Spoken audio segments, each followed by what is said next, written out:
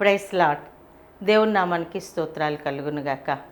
మీ అందరికీ కూడా యేసుక్రీస్తు శుభనామంలో ఆహ్వానం పలుకుతూ ఉన్నాను. బాగున్నారా? ఈ దినం మనం దేవుని వాక్యంలో నుండి ఒక ప్రాముఖ్యమైన అంశం మనం ధ్యానించుకోబోతూ ఉన్నాం. అదేంటంటే, చాలామంది ముఖ్యంగా స్త్రీలైన వాళ్ళు దేవుణ్ణి తెలుసుకుని తమ భర్తల గురించి ప్రార్థన చేస్తూ మరి ఆ రక్షణ గురించి ఎలా ప్రార్థన చేయాలి అని మరి అడుగుతూ ఉంటారు. అందుకని అటువంటి వారి కొరకు, అలాగే రక్షణ లేని పిల్లల గురించి కానీ మరి భార్యల గురించి కానీ ప్రార్థన చేసుకోవడానికి నేను ఎలా ప్రార్థన చేశానో వాక్యాధారముగా ఈ దినాన ఆ అంశం మనం ధ్యానం చేసుకోబోతూ ఉన్నాం. రోమీలకు రాసిన పత్రిక 10వ అధ్యాయము నుండి కొన్ని వచనాలు చదువుకొని ప్రార్థన చేసుకుని వాక్యంలోనికి వెళ్దాం. రోమీలకు రాసిన పత్రిక 10వ అధ్యాయము 8, 9, 10. అదేమని చెప్పుచున్నది, వాక్యము నీ యొద్దను నీ నోటను నీ హృదయములోనూ ఉన్నది, అది మేము ప్రకటించు విశ్వాస వాక్యమే. అదేమనగా, యేసు ప్రభువని నీ నోటితో ఒప్పుకొని దేవుడు మృతులలో నుండి ఆయనను లేపనని నీ హృదయమందు విశ్వసించిన యెడల నీవు రక్షించబడుదువు. ఏలి అనగా, నీతి కలుగునట్లు మనుష్యుడు హృదయములో విశ్వసించును, రక్షణ కలుగునట్లు నోటితో ఒప్పుకొనును. అలాగే 13వ వచనం, ప్రభు నామమును బట్టి ప్రార్థన చేయువాడెవడో వాడు రక్షించబడును. మరొక రిఫరెన్స్ చదువుకుందాం. ఎఫెసీయులకు రాసిన పత్రిక 2వ అధ్యాయము 8వ వచనం, మీరు విశ్వాసము ద్వారా కృపచేతనే రక్షింపబడి ఉన్నారు, ఇది మీ వలన కలిగినది కాదు, దేవుని వరమే. ప్రార్థన చేసుకుందామా? మనం అందరం కూడా ప్రార్థన చేసుకుంటూ ఉన్నప్పుడు ఎక్కివించండి, ప్రభువా నాతో మాట్లాడండి అని మీరు కూడా ఎక్కివించి మీరు కూడా వ్యక్తిగతంగా ప్రార్థన చేసుకునండి. ప్రియ పరలోకమందున మా తండ్రి, నీకు వేలాది స్తుతులు స్తోత్రములు ప్రభువా. ఇదిగో తండ్రి నా ప్రభువా, రక్షణ అనేది కేవలం నువ్వు ఇచ్చే వరము. విశ్వాసం ద్వారా కృపచేతనే రక్షణ. మేము ప్రభువా హృదయములో విశ్వసించి నోటితో ఒప్పుకుంటే మాకు రక్షణ కలుగుతుంది. మేము ప్రార్థన చేస్తే నీ నామంలో రక్షణ కలుగుతుంది. ప్రభువా యేసయ్యా, ప్రతి ఒక్కరూ కూడా రక్షణ పొందాలని ప్రభువా నీవు కోరుతూ ఉన్నావు తండ్రి. నీవిచ్చే పరలోక రాజ్యంలోనికి ప్రతి ఒక్కరూ రావాలని ప్రభువా యేసయ్యా నువ్వు కోరుకుంటూ ఉండగా, ప్రభువా మేము కూడా తండ్రి ఏ ఒక్కరూ నశించిపోకుండా ప్రభువా వాక్యం వింటున్న ప్రతి ఒక్కరూ కూడా నీ రాజ్యంలోనికి, పరలోక రాజ్యంలోనికి, నిత్యము ఉండే ఆ సంతోషంతో ఉండే ఆ రాజ్యంలోనికి వచ్చినట్లుగా నీ కృపను దయచేయమని యేసు నామములో ఈ ప్రార్థన అడిగి వేడుకుంటున్నాము తండ్రి, ఆమేన్. మరి దేవుని వాక్యం సెలవిస్తూ ఉన్నది ఏంటంటే, రక్షణ అనేది కేవలము విశ్వాసము ద్వారా కృపచేతనే రక్షణ. విశ్వాసం అన్నది ఎవడు కలిగి ఉండాలి అని అంటే మనము కలిగి ఉండాలి. మరి కృప ఎవడు ఇస్తారు అంటే దేవుడు ఇచ్చే కృప. అయితే ఆ విశ్వసించడానికంటే యేసుక్రీస్తు ప్రభు అందరికీ ప్రభు అని మనకి తెలుసు. దేవుని వాక్యం పరిశుద్ధ గ్రంథం ఎంతగానో మరి ఆ విషయం గురించి మాట్లాడుతూ ఉన్నది. అయితే ఆ యేసుక్రీస్తు ప్రభువు అందరికీ ప్రభు అన్న విషయం ఎవరు నమ్ముతారో, ఎవరు విశ్వసిస్తారో వారు రక్షణ పొందుతారు. ఆ విశ్వసించడానికి కూడా ఎవరు మూల కారణం అంటే, హెబ్రీలకు రాసిన పత్రిక 12వ అధ్యాయము 2వ వచనములో 2వ భాగం మనము చూసినట్లయితే అక్కడ ఈ విధంగా రాయబడి ఉన్నది. ఏమిటి?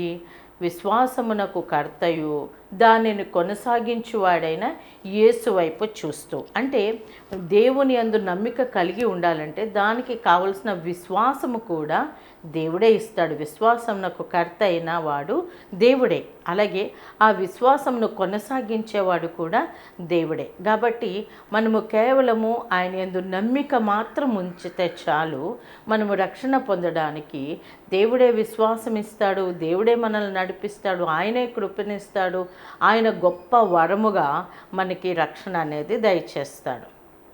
అదే రోమీలకు రాసిన పత్రికలో కూడా 10వ అధ్యాయంలో కూడా మనము చూసినట్లయితే అక్కడ వ్రాయబడి ఉన్నది ఏంటంటే, దేవుని వాక్యం నీ యొద్దకు వచ్చింది, నీ ఇంటిలోనికి వచ్చింది, నీ చెవిలో వినబడుతూ ఉన్నది, నీ నోటంట నువ్వు పలుకుతున్నావు.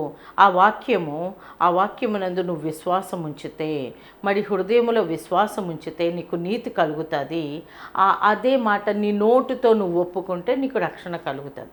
అసలు ఏంటండి ఈ రక్షణ? ఎవరికండి కావాలి ఈ రక్షణ? నాకెందుకు ఈ మాటలు అని చెప్పి మీరు అనుకుంటున్నారేమో. ఎవరికి ఈ యొక్క రక్షణ కావాలి, అసలు దేని నుండి రక్షణ కావాలి అని గనక ఒక్కసారి మనం ఆలోచన చేస్తే, రోమీలకు రాసిన పత్రిక 3వ అధ్యాయము 11వ వచనం నుండి మనం చూద్దాం. నీతిమంతుడు లేడు, ఒక్కడునూ లేడు, గ్రహించువాడెవడునూ లేడు, దేవుని వెతుకువాడెవడునూ లేడు, అందరూ త్రోవ తప్పి ఏకముగా పనికిమాలిన వారైరి, మేలు చేయువాడు లేడు, ఒక్కడైనను లేడు. వాడు గొంతుకు తెరిచిన సమాధి, తమ నాలుకలతో మోసము చేయుదురు. వారి పెదవుల కింద సర్పవిషమున్నది, వారి నోటి నిండా శపించుటయు పగయు ఉన్నవి. రక్తము చిందించుటకును వారి పాదములు పరిగెత్తుచున్నవి. నాశనమును కష్టమును వారి మార్గంలో ఉన్నవి. శాంతి మార్గము వారు ఎరుగరు. వారి కన్నుల ఎదుట దేవుని భయము లేదు. ఇక్కడ మనము చూసినట్లయితే అందరూ కూడా నీతి అనేది ఎవరికీ లేదు, దేవుణ్ణి వెతుకువారు ఎవరూ లేరు. వారు ఎలా ఉన్నారు అని అంటే, వారు నోరు తెరిస్తే అబద్ధాలే, నోరు తెరిస్తే పగ వస్తుంది, పగతో కూడిన మాటలు వస్తున్నాయి, మరి ఎదుటివారికి మరి కీడు చేయాలనే ఆలోచన కలిగి ఉన్నారు. ఇవన్నీ ఏంటంటే దేవుడు వెతుకుతూ ఉంటే ప్రజలందరూ ఇలా ఉన్నారు. వాడు నోరు తెరిస్తే చాలు సమాధి మరి తెరిచినట్లుగా, అంటే సమాధి తెరిస్తే ఏముంటుందండి, కుళ్ళిపోయిన శవాలు ఉంటాయి కదా, ఆ శవాలు చూడంగానే ఏమిటి ఓపెన్ చేయంగానే గుప్పుమని దుర్వాసన వస్తుంది. అలాగే మరి దేవుణ్ణి ఎరగని వారు మరి అలాంటి స్థితిలో ఉన్నారు. వారి హృదయం నిండా మరి కుతంత్రాలు, మరి మేలు చేయడానికి బదులుగా కీడు చేయడం, కోపం కలిగి మరి దుర్మార్గము, దుష్కార్యాలు ఇవన్నీ చేస్తూ ఉన్నారు. ఎవ్వరు కూడా అసలు దేవుని వెతికేవారే లేరు. 23వ వచనంలో అల్టిమేట్గా దేవుడు ఏమంటున్నాడంటే, ఏ భేదము లేదు, అందరూ కూడా పాపము చేసి దేవుడు అనుగ్రహించే మహిమను పొందలేకపోతూ ఉన్నారు. దేవుడు ఆవేదనతో మాట్లాడుతున్న మాటలు. అయితే ఏంటి, అందరూ పాపం చేసి దేవుడు అనుగ్రహించే మహిమను పొందలేకపోతున్నారు అంటున్నారు. ఎవ్వరూ అసలు నీతిమంతులే లేరు అంటున్నారు. పుట్టిన ప్రతివాడు కూడా జన్మతః పాపి. అలాగే వారి యొక్క ఆలోచనలు అన్నీ కూడా దుర్మార్గముతోనూ, దుష్టత్వముతోనూ, పగతోనూ, మరి కోపముతోనూ, క్రోధముతోనూ నిండిపోయి ఉన్నాయి. అయితే దానివలన వచ్చే రిజల్ట్ ఏంటి? అయితే ఇలాగే అందరూ ఉంటున్నారు కదా, అలాగే ఉంటే ఏంటి వచ్చే ప్రాబ్లము? అందరూ అలాగే ఉంటున్నారు, నేను అలాగే ఉంటున్నాను అని అనుకుంటున్నావేమో. దేవుని వాక్యం సెలవిస్తూ ఉంది. రోమీలకు రాసిన పత్రిక 6:23లో, ఏలి అనగా పాపము వలన వచ్చు జీతము మరణము, అయితే దేవుని కృప అవడము నిత్య జీవము. ఏంటా నిత్య జీవము?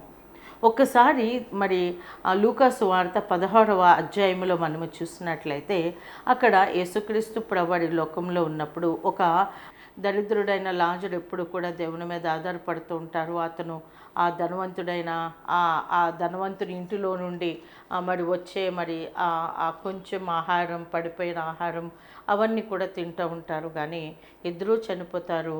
మరి లాజరు మరి దేవుని దూతలు వచ్చి పరదేశునకు తీసుకుని వెళ్తారు. మరి ధనవంతుడు అయిన వ్యక్తి అయితే పాతి పెట్టబడతారు. చాలా ఘనంగా జరుగుతుంది.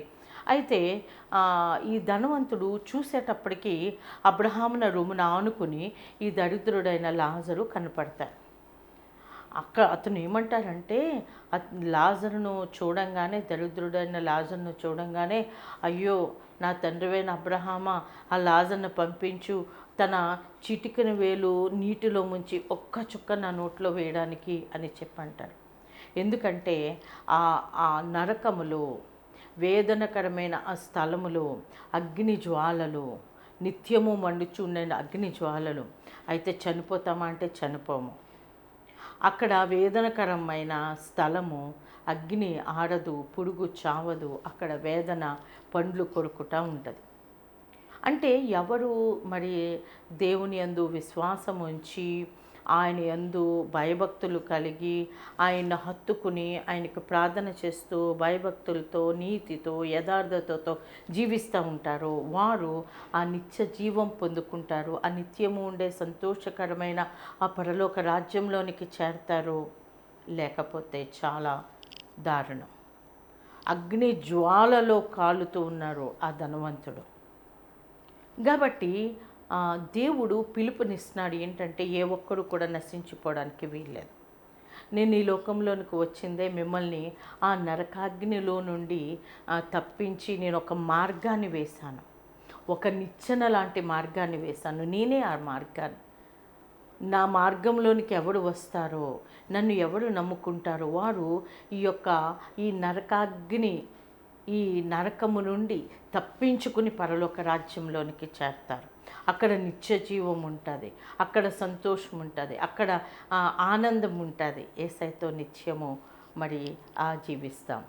రక్షణ అనేది ఏంటంటే ఆ భయంకరమైన ఆ నరకాగ్నిలో నుండి, అవేదనకరమైన స్థలములో నుండి మనము తప్పించబడమే రక్షణ. అందులో నుంచి తప్పించబడి మనము పరలోక రాజ్యములో చేర్చబడుటే రక్షణ. ఇది ఏంటండి, ఎప్పుడు జరుగుతుంది? ఇక్కడ మనం ఎంతకాలం జీవించినా ఇది టెంపరరీ. ఈ లోకంలో మనం జీవించేది టెంపరరీ. మనము జీవిస్తున్నంత కాలము కూడా ఆ నిజమైన ఆ దేవుణ్ణి, అందరికీ ప్రభు అయిన యేసుక్రీస్తు ప్రభువాన్ని, ఆ నరకము నుండి మనల్ని తప్పించగలిగిన ఆ దేవుణ్ణి మనము హృదయములో నమ్మి నోటితో ఒప్పుకుంటే మనము ఆ యొక్క పరలోక రాజ్యంలోనికి మార్గమైన ఆ యేసయ్యలోనికి, ఆ యేసయ్య రాజ్యంలోనికి మనం వెళ్తాము. రక్షణ పొందడం అంటే అంతే, చాలా సింపుల్. ఆయన నా పాపమును బట్టి నేను ఆ నిత్య నరకాగ్నిలోనికి వెళ్తాను. కానీ నా పాపములను విమోచించడానికి యేసుక్రీస్తు ప్రభువారు లోకంలోనికి వచ్చారు. ఆయన నా నిమిత్తం చనిపోయారు. నాకు రావాల్సిన శిక్షను ఆయన పొంది ఆయన చనిపోయి సమాధి చేయబడ్డారు. కానీ ఆయన పాపరహితుడు కాబట్టి ఆయన 3వ దినాన లేపబడ్డారు. పునరుద్ధాన బలముతో, పునరుద్ధాన శక్తితో ఆయన ఈ దినానికి కూడా సజీవుడైన దేవుడు, పిలిస్తే పలికే దేవుడిగా ఆయన ఉన్నారు. ప్రైజ్ ది లార్డ్, హల్లెలూయా. కాబట్టి ఎవరికి ఇది అవసరము? అందరూ పాపము చేసి దేవుడు అనుగ్రహించే మహిమను పొందలేకపోతూ ఉన్నారు. ఆ పాపంలో ఉన్నారు, ఆ పాపంలో కూలిపోతూ ఉన్నారు. అయితే ఆ పాపము నుండి విడిపించగలిగిన శక్తిమంతుడు, నా నిమిత్తం ఆయన తన రక్తమును కార్చారు, ప్రాణమును పెట్టారని నువ్వు నమ్మితే, హృదయములో నమ్మితే, నోటితో ఒప్పుకుంటే, ఆయనకు ప్రార్థన చేస్తే, మారు మనసు పొందితే, ఆయన మార్గం ఏంటో, ఆయన ఏంటి సెలవిచ్చారో, ఈ యొక్క పరిశుద్ధ గ్రంథమందు రాయబడి ఉన్న ఏంటి మన కొరకు రాయించారో దానిని చదివి దాని ప్రకారంగా జీవిస్తూ ఉంటే మనము ఆ నిత్యము ఉండే ఆ సంతోషకరమైన ఆ మార్గములోనికి, ఆ యొక్క పరలోక రాజ్యంలోనికి మనం చేర్చబడతాం.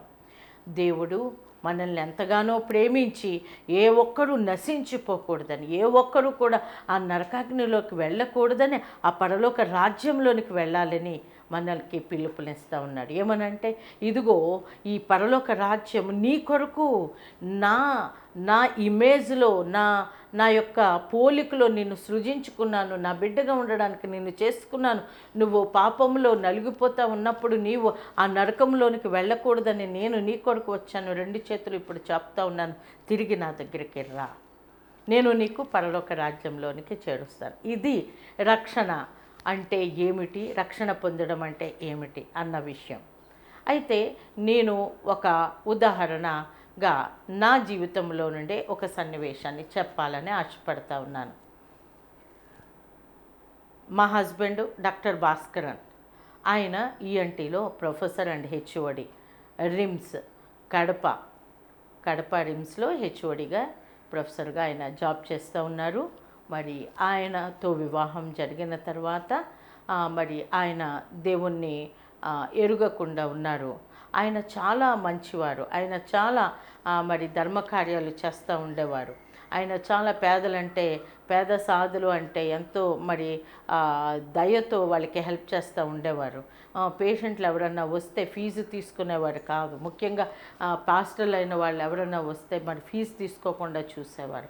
వారికి మందులు ఇచ్చేవారు. ఒకవేళ మందులు ఈయన దగ్గర లేకపోతే మందులు కొనుక్కోవడానికి కూడా డబ్బులు ఇచ్చి పంపించేవారు. అంత మంచి వ్యక్తి. మరి నా భర్త అయితే ఆ నిత్య జీవం ఇచ్చే ఆ యేసయ్యని ఎరగరే ఎలాగా ఈయన ఎలా ఉంటారు అని ఒక్కసారి ఊహించుకుంటే నాకు చాలా భయం అనిపించింది. ఆయన ఎప్పుడు చూసినా కూడా ఆ నరకంలో అగ్ని జ్వాలల మధ్యలో ఉన్నట్లుగా నాకు కనపడేది. నాకు చాలా దుఃఖంతో నా భర్త గురించి ప్రార్థన చేయడం మొదలుపెట్టాను. అనేకమైన వాక్యాలు పట్టుకున్నాను. మరి ఆ మొదటి కొరింథీయులకు రాసిన పత్రిక 7వ అధ్యాయం 14వ వచనంలో ఈ రీతిగా రాయబడి ఉంటుంది. అవిశ్వాసి అయిన భర్త విశ్వాసి అయిన భార్యను బట్టి పరిశుద్ధపరచబడతారు. నాకు ఇది చాలా మరి హోప్ఫుల్గా అనిపించింది. మరి ఆ వాక్యాన్ని పట్టుకున్నాను. ప్రభువా, ఇదిగో నా భర్త నీకు నువ్వంటే తెలియదు, వాళ్ళ తల్లిదండ్రులు కాదు కాబట్టి వాళ్ళకి తెలియదు కాబట్టి ఆయనకి తెలియదు. ఇదిగో ఆయనకి తెలియక ఆయన ఆ మార్గంలో ఉన్నారు.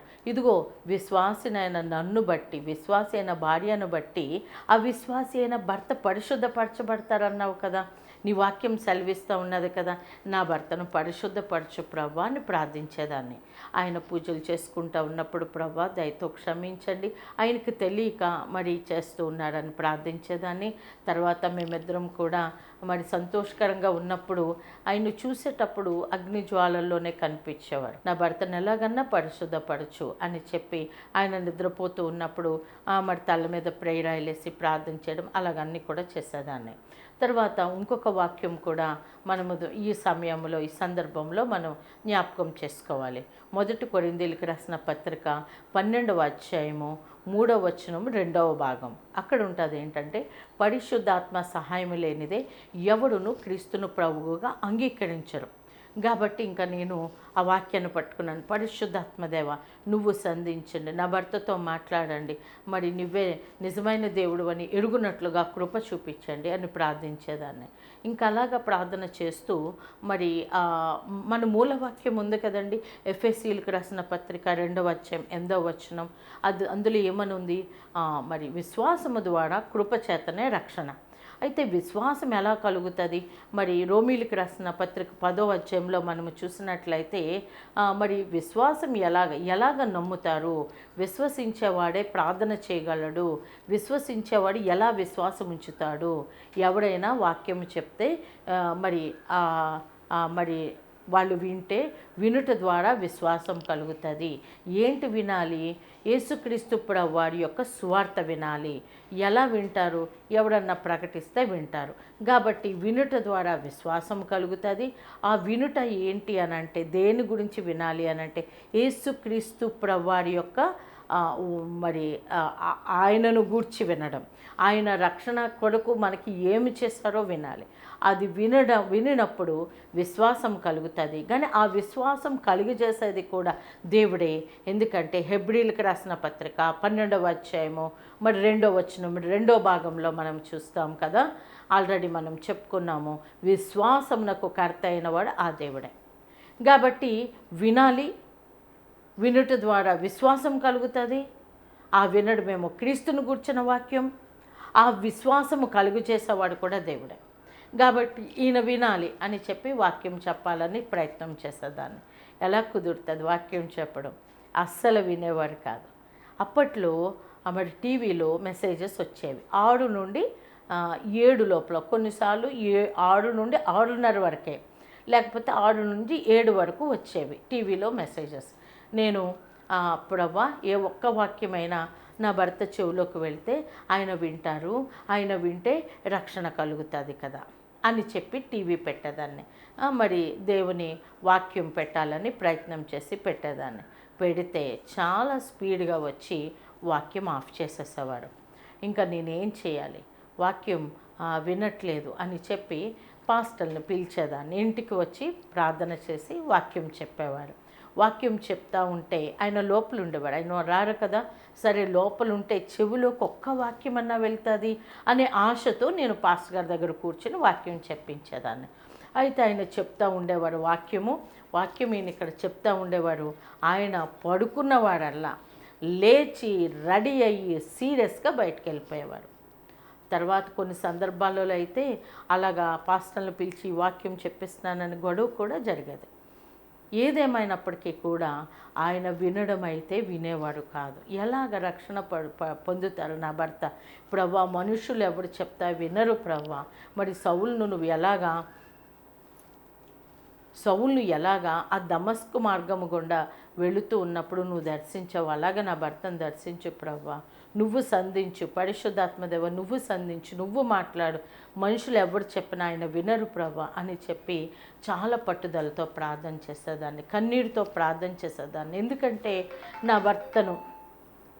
భర్తను చూస్తే మరి చాలా దుఃఖం వచ్చేది. ఎందుకంటే ఆయన మరి చూసినప్పుడల్లా ఆ యొక్క మరి అగ్ని జ్వాలలో ఉన్న నా భర్తే కనిపించేవారు.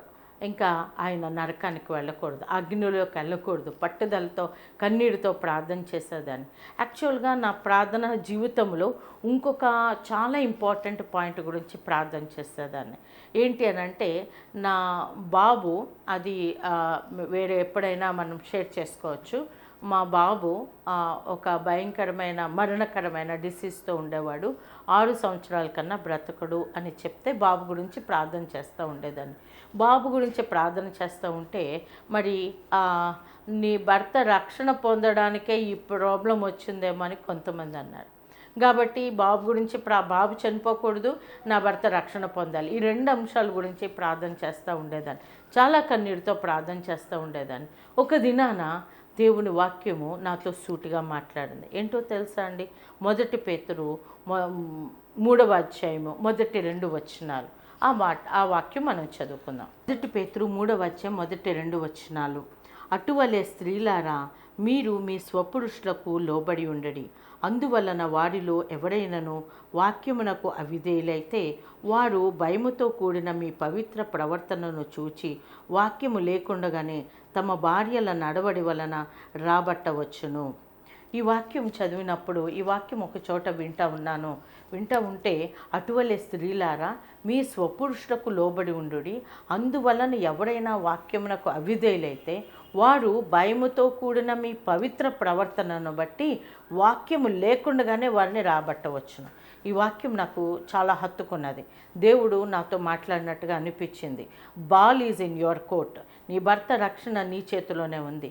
నీవు నీ భర్తకు విధేయత చూపిస్తే, నీవు నీ భర్త ఎడల మరి భయముతో కూడిన ప్రవర్తన కలిగి ఉన్నప్పుడు నీ వాక్యం అక్కర లేకుండానే మరి దేవుని దగ్గరికి వాడిని రాబట్టవచ్చు అనే మాట నేను విన్నప్పుడు, ఆ వాక్యంను ధ్యానం చేసినప్పుడు నాతో దేవుడు చాలా స్పష్టంగా మాట్లాడినట్టు అనిపించింది. అంతేకాదు, అసలు నా భర్త రక్షణ పొందడానికి నా అవిధేయతే లేకపోతే ఆయనకి లోబడకుండా ఉండడమే అడ్డుపడిపోయిందా?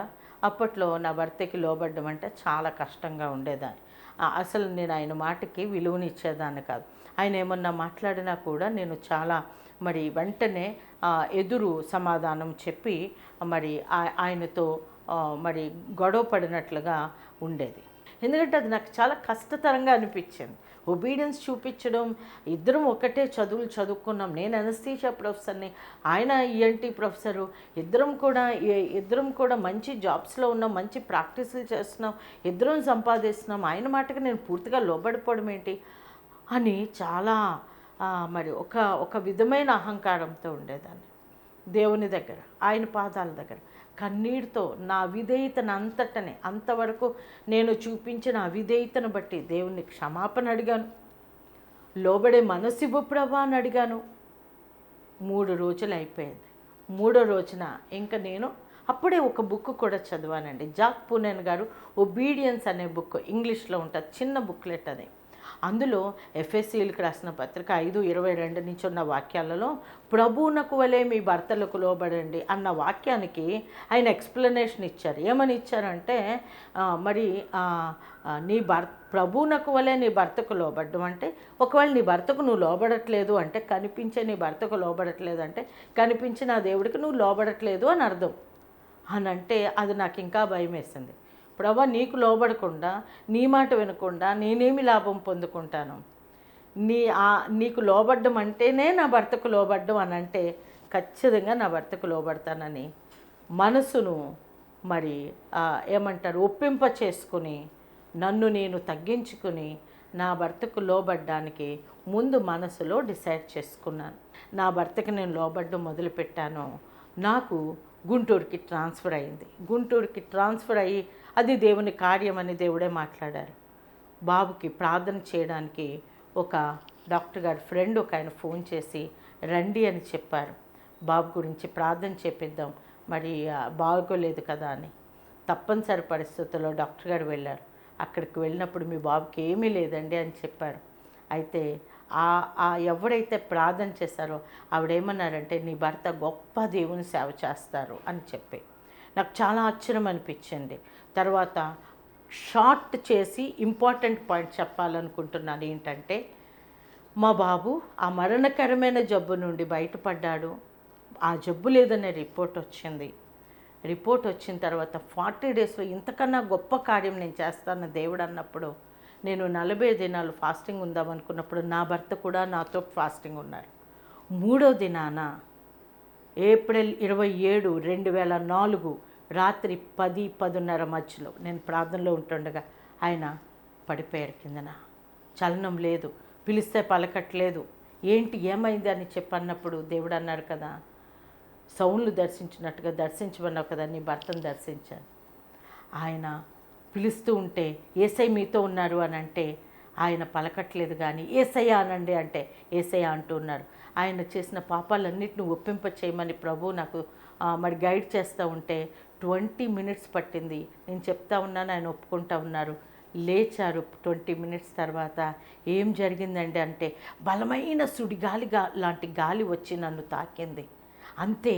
అయ్యో బాబోయ్ అదేం పవరు, నేను కింద పడిపోయాను, నువ్వు ఇవంతా ప్రార్థన చేయించాక నాకు తెలుగులోనికి వచ్చాను అనేసి అని అన్నారు. అన్న తర్వాత ఆ పవర్ని చూశారు. ఆ పవర్ని చూసిన తర్వాత ప్రార్థన రానాయన ప్రార్థన చేయడం మొదలుపెట్టారు. ఆ దేవుని శక్తిని చూసిన తర్వాత ఆయన మొత్తం విగ్రహాలన్నీ తీసి పడేయన్నారు.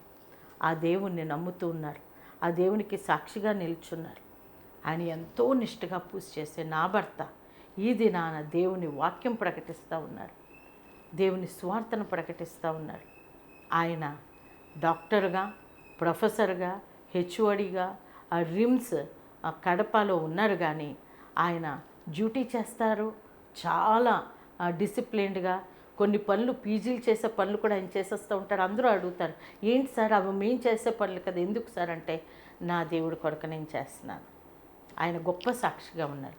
కాబట్టి నా భర్త దేవుణ్ణి నమ్మడానికి ఎలాగైతే నేను ప్రార్థన చేశానో, ఎలాగైతే దేవుడు కరుణించాడో, అలాగే మీరు కూడా రక్షణ లేని మీ భర్తలు కానీ, రక్షణ లేని మీ భార్యలు, పిల్లలు కానీ ఎవరైనప్పటికీ కూడా ప్రార్థన చేస్తే, కన్నీటితో ప్రార్థన చేస్తే, వాక్యాలు పెట్టుకుని మన జీవితాన్ని సరి చేసుకుంటూ ప్రార్థన చేస్తే, నా భర్త ఎలా రక్షణ పొందారో మీ భర్త కూడా, మీ బిడ్డలు కూడా, మీ భార్య కూడా రక్షణ పొందుతారు. అలాగూ చేయలాగన దేవుడు తన కృపను మనకు అనుగ్రహించునుగాక. ప్రార్థన చేసుకుందాం.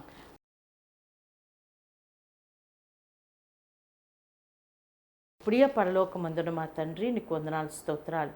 ఇదిగో ప్రభా, నా భర్త ఎంతో ప్రభా వ్యతిరేకంగా ఉన్న తను ప్రభా నిన్ను నమ్మారు, నీ పవర్ని చూసి నిన్ను నమ్మారు తండ్రి. ప్రభా నీ కొరకు సాక్షిగా జీవిస్తున్నారు.